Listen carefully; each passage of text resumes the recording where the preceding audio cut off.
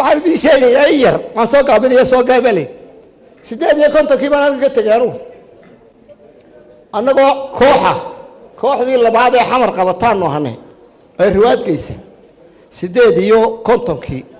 waxa naga horeeyay walaala Hargeysa Maxamed Axmed iyo Cumar Dhuule iyo qoladaas oo Ingiriisku qaaday oo gaariga carmiye lagu qaaday oo fiisa sida top passport real leh annagu markaa jibaan haysay Soomaalinimo la yiraahdo niman baan ka haysayna Dhuule iyo ninka la yiraahdo basbaas baa abwaanano hayno xayaana weyn yar bana baha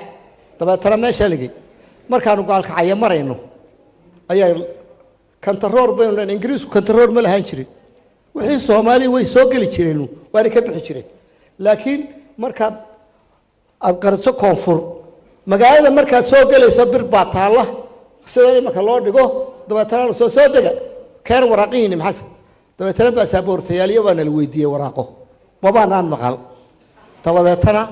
macna laga waay waana la xiray gudahana lagu tuuray 14 baan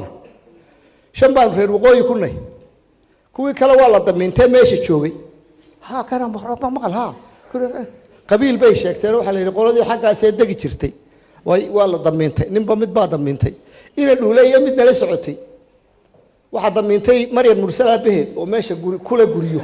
oo daara kule afashantayadii reerka xaqqa sheeganaysay waxa nala yiri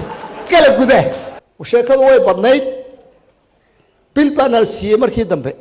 markaan xidhnay bil iyo waxoogay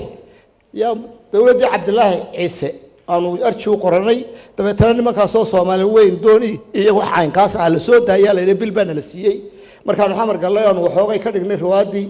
ayaana la ashkatay haddana la yiri waa ka dhacay fiisiye hal mustaafuriyo waana la xidhay dhulka ka baxabalay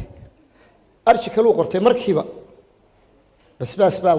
abwaan weyn markaa ah mu'allif weyn oo wadanka haysta arjibu markiiba qortay oo dhagdhago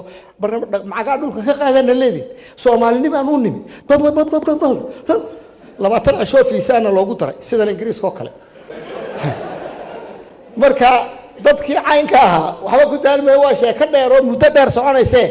dadkii caynkaas ahaan wahay walaal